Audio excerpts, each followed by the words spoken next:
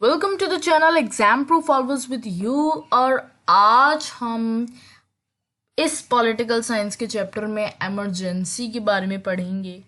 अगर आपको पूरे चैप्टर का एक्सप्लेनेशन चाहिए तो डिस्क्रिप्शन बॉक्स में जो लिंक है उस पर क्लिक कीजिएगा। नाम है इस चैप्टर का क्राइसिस इन डेमोक्रेटिक ऑर्डर, लेकिन नई बुक के हिसाब से इसका नाम हो चुका है डेमोक्रेटिक रिसर्जेंस। तो let's start with the background of emergency. देखो, अब इमरजेंसी जब लगी थी 1975 में, उससे पहले क्या माहौल चल रहा था इंडिया के अंदर, हम यहाँ पर यही देखने वाले हैं। जो माहौल था वो बड़ा ही डिससेटिस्फाइड सा माहौल था। लोग परेशान थे, डिससेटिस्फाइड थे, प्रॉब्लम में थे।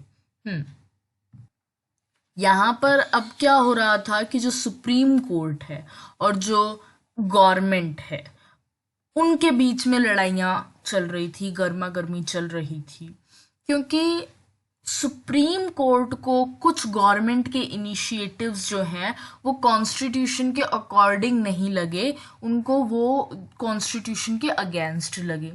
और जो कांग्रेस पार्टी थी, जो उस वक्त की सरकार में थी, गवर्नमेंट में थी, उन्होंने ये कहा कि ये जो कोर्ट है, ये जो भी स्टैंड ले रहा है इस वक्त, जो भी ये बात कह रहा है, ये डेमोक्रेसी के अगेंस्ट है और इसके साथ ही पार्लियामेंट्री सुप्रीमेसी के अगेंस्ट है। क्योंकि हम लोगों को जो गवर्नमेंट है वो इसीलिए चुन करके आई है क्योंकि हम लोगों को जनता का सपोर्ट मिला है ना।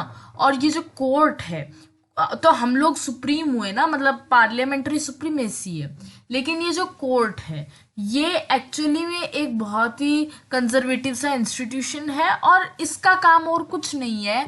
जो भी हमारी प्रो पुअर वेलफेयर प्रोग्राम्स जो हमने चलाए हैं, जो गरीबों के लिए हमने कुछ इम्प्लीमेंट करने हैं, कुछ अच्छे प्रोग्राम्स चलाने हैं, उसमें ये ऑब्स्टेकल बन रहा है कोर्ट, यानी कि उसके बीच में ये आ रहा है। मतलब हमें वो गरीबों के जो प्रोग्राम्स हैं वो इम्प्लीमेंट करने नहीं दे रहा है।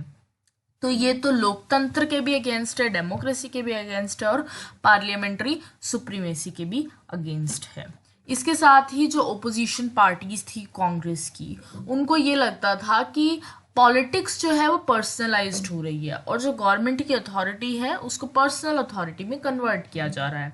दैट मीन्स कि जो इंदिरा गांधी हैं वो जो गवर्नमेंट की जो पावर होती है उसको अपनी पर्सनल पावर में कन्वर्ट कर रही है, खुद की पावर में कन्वर्ट कर रही है ना। मतलब खुद का फायदा, खुद की पावर बना रही है उस गवर्नमेंट की पावर को, जो कि उनको गवर्नमेंट बनाने के बाद मिली है।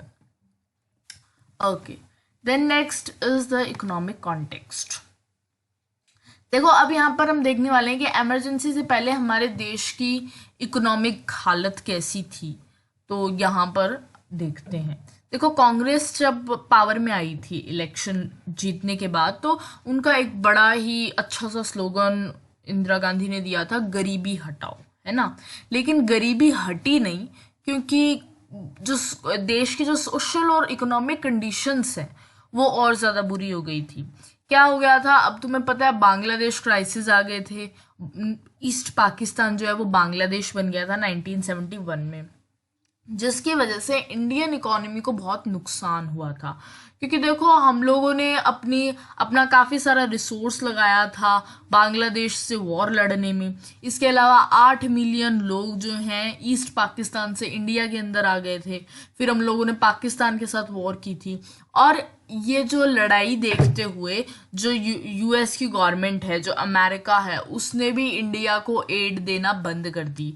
जो भी वो फाइनेंशियल हेल्प हमको करता था, जो भी हमें पैसे देता था, रिसोर्सेज देता था इंडिया को, वो भी यूनाइटेड स्टेट्स ने बंद कर दिया था। और इसके अलावा हमारे वैसे तो हम पर फाइनेंशियल स्ट्रेन आ ही चुका था, क्योंकि जंग लड़ना कोई बिना रिसोर्सेज और फाइनेंस और इकोनॉमी को ख़राब किए तो लड़ी नहीं जा सकती। तो ये सब तो चल ही रहा था। इसके अलावा जो इंटरनेशनल मार्केट है उसमें ऑयल प्राइसेस जो है वो बहुत ज़्यादा बढ़ गए थे। और तुम्हें पता है कि इंडिया ऑयल बेचता नहीं है, इंडिया ऑयल मंगवाता है ना। तो जब इतना ज़्यादा ऑयल प्राइसेस बढ़ जाएंगे तो ऑब्वियसली महंगाई तो होगी ही, है ना। तो इस वजह से ये जो सारे जो कॉजेज हैं इसने प्राइजेस बढ़ा दिए, महंगाई बढ़ा दी। इसके साथ ही अगर हम इंडस्ट्रियल ग्रोथ की बात करें, हमारे उद्योगों की, हमारे इंडस्ट्रीज की बात करें, तो वो जो प्रोड्यूस कर रही थी वो बहुत ही कम लिमिट, बहुत ही ज़्यादा लिमिटेड, बहुत ही ज़्यादा कम उसमें प्रोड्यूस कर रही थी क्वांटिटी में। और इसके साथ ही जो एम्प्लॉयमेंट है वो भी बहुत ज़्यादा, अनएम्प्लॉयमेंट जो बेरोज़गारी है, अनएम्प्लॉयमेंट जो बेरोज़गारी है वो भी बहुत ज़्यादा थी। अब गवर्नमेंट अपने एक्सपेंडिचर को, क्योंकि गवर्नमेंट को अब संभल करके खर्च करना था क्योंकि इकोनॉमी डूबी पड़ी है बुरी तरह से, तो गवर्नमेंट ने अपने खर्च को कम करने के लिए जो गवर्नमेंट एम्प्लॉयज़ जो भी हैं, जो सरकारी लोग जो भी हैं एम्प्लॉयज़, उनकी जो सैलरी है वो फ्रोज कर दी एक बार के लिए, यानी कि उनकी सैलरी एक बार के लिए रोक दी। इसकी वजह से क्या हुआ कि गवर्नमेंट एम्प्लॉयज़ में भी डिससेटिस्फेक्शन बढ़ गया कि ये क्या चल रहा है, मतलब ऐसे कैसे हमारी सैलरीज आपने फ्रोज कर दी, एक बार के लिए रोक दी, ये सही नहीं है। तो इंडस्ट्री का हालत ये चल रहा था। इसके अलावा फिर एग्रीकल्चर की बात की जाए तो मॉनसून जो है 1972-73 में फेल कर गए थे। दैट मीन्स मॉनसून, बारिश हुई नहीं थी, बिल्कुल भी बारिश नहीं हुई थी, और उसकी वजह से जो एग्रीकल्चरल प्रोडक्टिविटी है वो भी डिक्लाइन कर गई थी। यानी कि अब जब बारिश ही नहीं होगी तो खेती कैसे होगी, है ना। क्योंकि हम लोगों का आज भी जो काफ़ी सारा जो हम खेती करते हैं वो आज भी बारिश पर डिपेंड करता है, और इरिगेशन पर डिपेंड कम करता है जो दूसरे मोड्स हैं। तो जब उस वक्त तो बहुत ही ज़्यादा डिपेंडेंस थी, तो उस वक्त का तो कहना ही और है, और इस वजह से हमारी खेती भी नहीं हुई, और फाइनली और जो फूड ग्रेन्स है उनकी भी कमी हो गई, उनका भी आउटपुट फिर निकला नहीं, फिर अनाज ही इतना पैदा नहीं हुआ। इस वजह से एक एटमॉस्फेयर ऑफ डिससेटिस्फेक्शन आ गया था, लोग सभी परेशान होने लग गए थे। अब ओपोजिशन है इस वक्त, वो कैसे चुप बैठ जाए। तो जो जो भी नॉन कांग्रेस ओपोजिशन पार्टीज हैं, इन सभी ने पूरी तरह से हड़तालें वगैरह ऑर्गेनाइज करवानी शुरू कर दी। और ये इसको तुम एक नेगेटिव चीज़ मत मानो, ये एक पॉजिटिव चीज़ है, क्योंकि डेमोक्रेसी में जब भी कोई प्रॉब्लम होती है तो किसी ना किसी को रूलिंग पार्टी के अगेंस्ट उठ खड़ा होना ज़रूरी होता है कि आप ये सब क्या कर रहे हो, देश को कहाँ ले जा रहे हो, ये बताने के लिए। तो अपोजिशन ने अपना पार्ट अच्छा प्ले किया कि वो कांग्रेस के अगेंस्ट उठ खड़े हुए और उन्होंने प्रोटेस्ट्स वगैरह करवाई, ठीक है। तो इसके अलावा क्या था कि मार्क्सिस्ट ग्रुप्स जो हैं वो कुछ खड़े हो गए थे। देखो, CPIM से एक और पार्टी टूटी थी, CPIML, ये हम बाद में पढ़ेंगे। ये लोग क्या कहते थे कि जो इंडिया में डेमोक्रेसी है ये एक दिखावा है, और हमें पूरी कोशिश करनी चाहिए, हमें एक क्रांति लाने की कोशिश करनी चाहिए।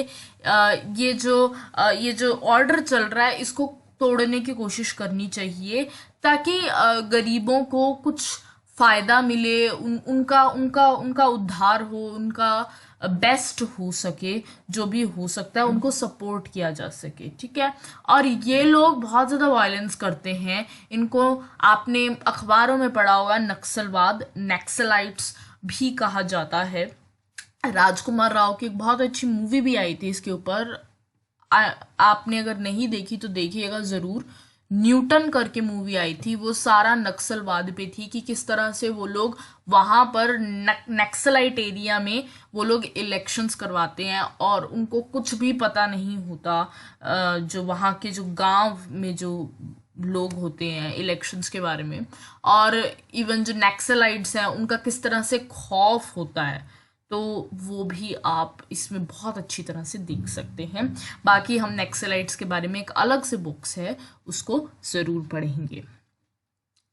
Okay, then is Gujarat and Bihar movements. देखो, अब जब ये सब कुछ चल रहा था तो फाइनली लोग बहुत ज़्यादा परेशान हो गए। 1974 में गुजरात में स्टूडेंट्स उठ खड़े हुए। उन्होंने क्रांति कहें या प्रोटेस्ट करनी, हड़तालें करनी शुरू कर दी। किसके खिलाफ? गवर्नमेंट के खिलाफ, वहाँ की जो स्टेट गवर्नमेंट थी, कि इस तरह से इतनी महंगाई हो रही है, जो भी असेंशियल कमोडिटीज़ हैं, अनाज, कुकिंग ऑयल, ये मिल नहीं पा रहा है, क्या करें, कैसे अफोर्ड करें इनको। इसके अलावा करप्शन कितना ज़्यादा हो रहा है। और ये जो स्टूडेंट्स की प्रोटेस्ट है, जो ये विद्यार्थी, जो स्टूडेंट्स खड़े हुए थे हड़तालें वगैरह करने, इनको क्या है, जो ओपोजिशन पार्टीज हैं उनका सपोर्ट काफ़ी अच्छा मिल गया था। और इसकी वजह से ये सब कुछ चल रहा था। इसके बीच में फिर प्रेसिडेंट्स रूल लगा दिया गया स्टेट में, ठीक है, यानी कि वहाँ की स्टेट गवर्नमेंट को डिसमिस कर दिया और गवर्नमेंट डायरेक्ट प्रेसिडेंट के अंडर आ गई। दैट मीन्स सेंट्रल गवर्नमेंट के अंडर आ गई थी। अब जो मोरारजी देसाई थे, जो देखो, ओपोजिशन पार्टीज ये चाह रही थी कि अब जो यहाँ की जो स्टेट है, गुजरात की जो स्टेट गवर्नमेंट है, उसके लिए वापस से इलेक्शंस हों। मोरारजी देसाई, जो कि एक प्रोमिनेंट लीडर थे और इंदिरा गांधी के राइवल थे, उन्होंने कहा वो तब तक फास्ट रखेंगे, वो तब तक व्रत रखेंगे जब तक फ्रेश इलेक्शन जो है नहीं हो जाते, कांग्रेस फ्रेश इलेक्शन अनाउंस नहीं कर देती। फाइनली जब इतना प्रेशर आया स्टूडेंट्स की तरफ से, ओपोजिशन लीडर्स की तरफ से, तो 1975 जून में गुजरात में असेंबली इलेक्शंस हुए, जिससे क्या हुआ, कांग्रेस जो है डिफीट कर गई, यानी कि कांग्रेस उसके अंदर हार गई। यहाँ पे साइड में एक बड़ा अच्छा कॉल आउट सा है, ये बड़ा अच्छा है। संपूर्ण क्रांति अब नारा है, भावी इतिहास हमारा है। यानी कि इस वक्त जो जयप्रकाश नारायण हैं, उन्होंने टोटल रेवोल्यूशन दे दिया था कि हमको टोटल रेवोल्यूशन हम यहाँ पर देखेंगे नेक्स्ट पैराग्राफ में ही क्या थी, तो यू लव दैट, ओके। और यहाँ पर साइड में एक छोटा सा कोल्ड आउट है जो कि DK बारूहा ने दिया था, जो कि कांग्रेस के प्रेसिडेंट थे, कि इंदिरा ही इंडिया है, इंडिया ही इंदिरा है, Indira is India, India is Indira. ये भी बहुत पॉपुलर हुआ था, ओके। तो फाइनली 1974 मार्च में भी जो बिहार में, गुजरात में तो ये अभी हमने ऊपर देख लिया ना, अब क्या था, 1974 में बिहार में भी स्टूडेंट्स उठ खड़े हुए थे हड़तालें करने, क्योंकि महंगाई के खिलाफ, फूड स्कैरसिटी के खिलाफ, कि अनाज नहीं मिल रहा है, बेरोजगारी हो रही है, करप्शन हो रहा है। और इन स्टूडेंट्स ने जयप्रकाश नारायण, JP जयप्रकाश नारायण को इनवाइट किया कि प्लीज आप इस मूवमेंट को लीड करें, प्लीज आप आगे आएं और हम लोगों को और सपोर्ट करें। तो उन्होंने कहा ठीक है, मैं सपोर्ट कर दूंगा, लेकिन एक कंडीशन है कि ये जो मूवमेंट है ये नॉन वायलेंट रहेगी, कि हम किसी पर वायलेंस नहीं करेंगे और अहिंसा के थ्रू हम लोग सब कुछ अपनी बातें मनवाएंगे। और इसके साथ ही हम सिर्फ ये मूवमेंट को बिहार तक लिमिटेड नहीं रखेंगे, हमको बिहार से बाहर भी ये मूवमेंट स्प्रेड करनी होगी। ये बातें मान ली गई और फाइनली जयप्रकाश नारायण जैसे ही आए तो इस हड़ताल ने पॉलिटिकल सियासी रूप ले लिया और एक नेशनल अपील हो गई थी, ठीक है। काफ़ी सारे लोग फिर इन मूवमेंट्स में, इन हड़तालों में आने लग गए। और जयप्रकाश नारायण हैं, उन्होंने कांग्रेस गवर्नमेंट बिहार की जो है उसका डिसमिसल, कहा कि इसको हटा दो और नए इलेक्शंस करवा लो, है ना, इसको हटा दो। और उन्होंने टोटल रेवोल्यूशन का कॉल दिया कि हम लोगों को संपूर्ण क्रांति कर देनी चाहिए, टोटल रेवोल्यूशन कर देनी चाहिए सोशल, इकोनॉमिक और पॉलिटिकल स्फीयर्स में, यानी कि हर एस्पेक्ट में हम लोगों को टोटल रेवोल्यूशन कर देनी चाहिए, ताकि असली जो डेमोक्रेसी है, असली जो लोकतंत्र है, उसको एस्टैब्लिश किया जा सके। हालांकि ये सब तो चल रहा था, बंद, घेराव, हड़ताल, स्ट्राइक्स एंड प्रोटेस्ट्स, लेकिन जो वहाँ की गवर्नमेंट है बिहार की, उसने मना कर दिया रेजिग्नेशन देने से, हटने से, ओके, सो सबसे पहले अभी हम नक्सलाइट मूवमेंट, अभी एक हल्का सा एक और पैराग्राफ है, इसको यहाँ पर देख लेते हैं, and after that will come to this. Okay, so yeah, तो जो जयप्रकाश नारायण हैं वो चाहते थे कि पूरे कंट्री तक, कंट्री के जो अदर पार्ट्स हैं उसमें भी ये मूवमेंट फैले, है ना। और ये सब जब सब चल रहा था तो जो रेलवेज हैं उन्होंने भी कह दिया था जी हम भी स्ट्राइक करेंगे।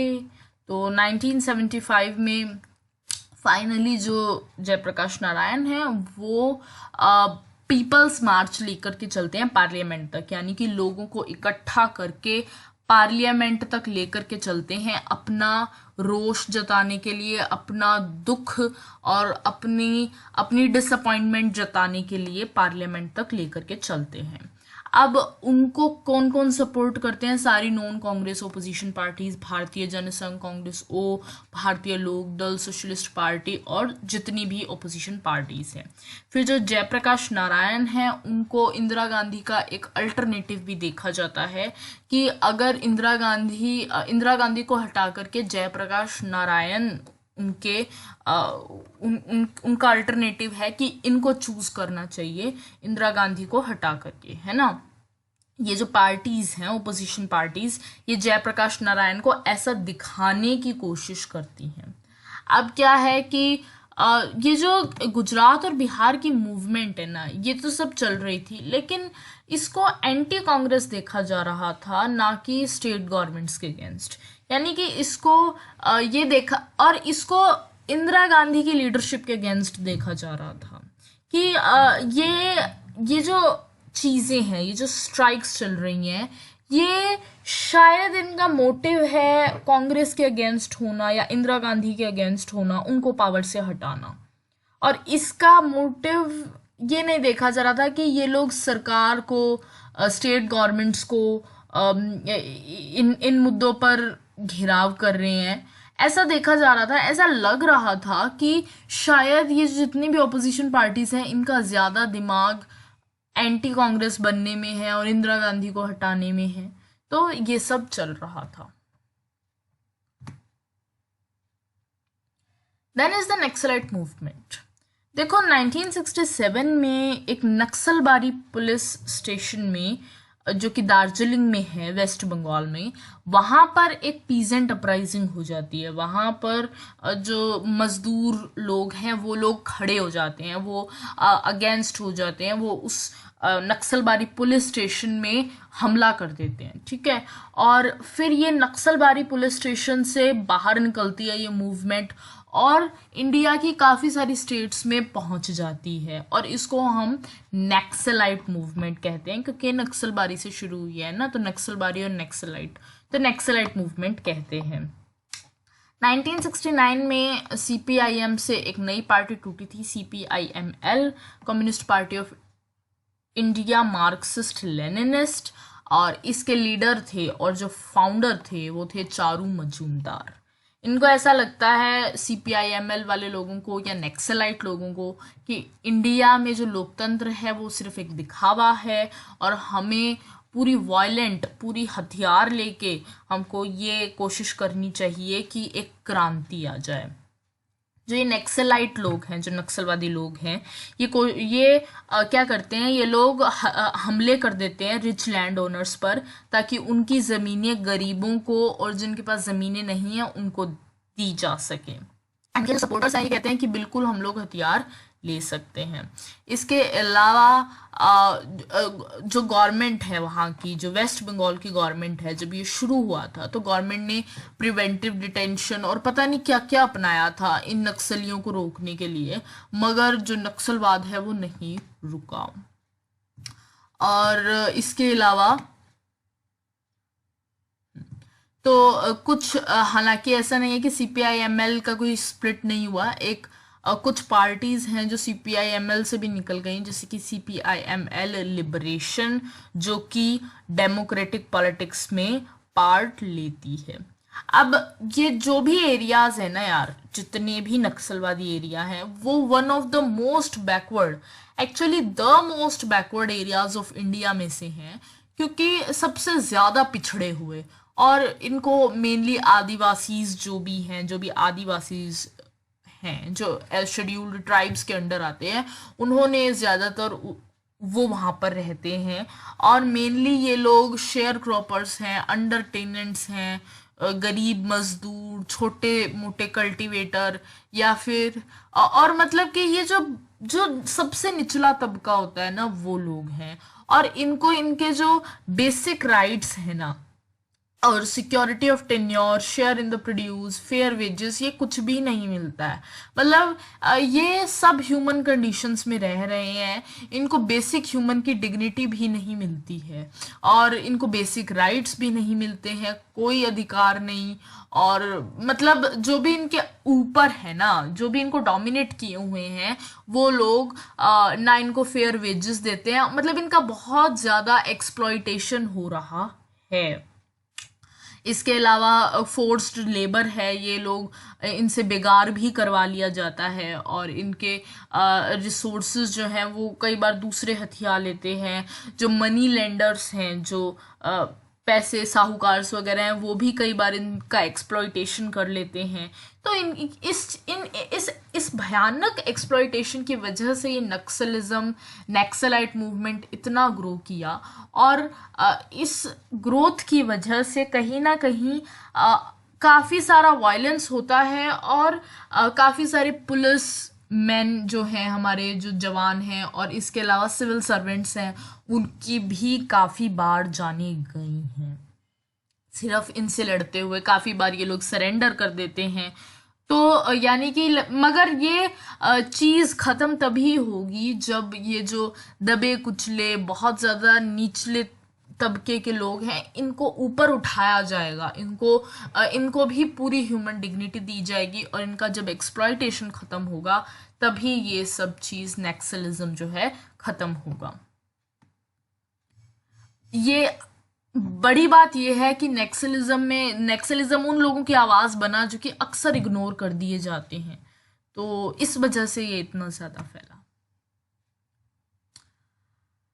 Now is the railway strike off 1974। देखो, जब भी रेलवे की स्ट्राइक हो गई थी, यानी कि रेलवे जो है वो उस पे आ गया था अपनी स्ट्राइक पे कि हम लोग जी रेलवे चलाएंगे ही नहीं, ठीक है। और जब रेलवे स्ट्राइक पर आ जाता है, हड़तालों पे आ जाता है, इसका मतलब ये है कि देश का ट्रांसपोर्टेशन रुक गया है ना। देश का ट्रांसपोर्टेशन रुकने का मतलब ही इकोनॉमी का रुक जाना है। तो अगर ट्रांसपोर्टेशन रुक जाता है तो इकोनॉमी रुक जाती है, और ऐसा हुआ था 1974 में। इन्होंने कहा था भाई हमें बोनस दो, सर्विस कंडीशंस अच्छी दो, और ये गवर्नमेंट ये क्या कर रही है। और इन्होंने अपनी डिमांड्स उठाई थी वर्क कंडीशंस को लेकर के, तो गवर्नमेंट ने उस चीज़ को माना नहीं था। फाइनली ये लोग स्ट्राइक पर चले गए थे, और ये एक इसने लेबर अनरेस्ट का माहौल कर दिया था। और इसके अलावा इससे कुछ डिबेट्स रेज कर दी थी कि क्या एम्प्लॉयज़ जो असेंशियल सर्विस के एम्प्लॉयज़ हैं, यानी कि ऐसी सर्विसेज जो कभी रोकी नहीं जा सकती, क्या उनको स्ट्राइक पर चले जाना चाहिए, उनको हड़तालें करना क्या उनका सही है। ऐसे लोग जो कि जो असेंशियल सर्विसेज, जो ज़रूरी चीज़ें प्रोवाइड करवा रहे हैं, और वर्कर्स के राइट्स क्या हैं। तो इन सब चीज़ों के बारे में डिबेट्स और इश्यूज होने लग गए थे। फाइनली गवर्नमेंट ने इन स्ट्राइक्स को अवैध घोषित कर दिया, इल्लीगल बता दिया, और गवर्नमेंट ने मना भी कर दिया कि हम लोग तुम्हारी बात नहीं मानेंगे। और फाइनली ये जो स्ट्राइक है इसको ख़त्म होना पड़ा after 20 days without any settlement. बिना किसी सेटलमेंट के ये 20 दिन की जो स्ट्राइक है वो ख़त्म हो गई। Then is the conflict with the judiciary. Look, अब क्या हो रहा था, इस वक्त का जो टाइम था उसके अंदर पार्लियामेंट और फंडामेंटल राइट्स और पार्लियामेंट और सुप्रीम कोर्ट और सब एक दूसरे के साथ गर्मा गर्मी कर रहे थे। लेकिन मुझे लगता है आपको अगले पार्ट में मुझे पढ़ाना चाहिए, आप लिंक कर पाएंगे, it's a kind of linkage. So this is the end of this video, thanks for watching it, stay tuned for more.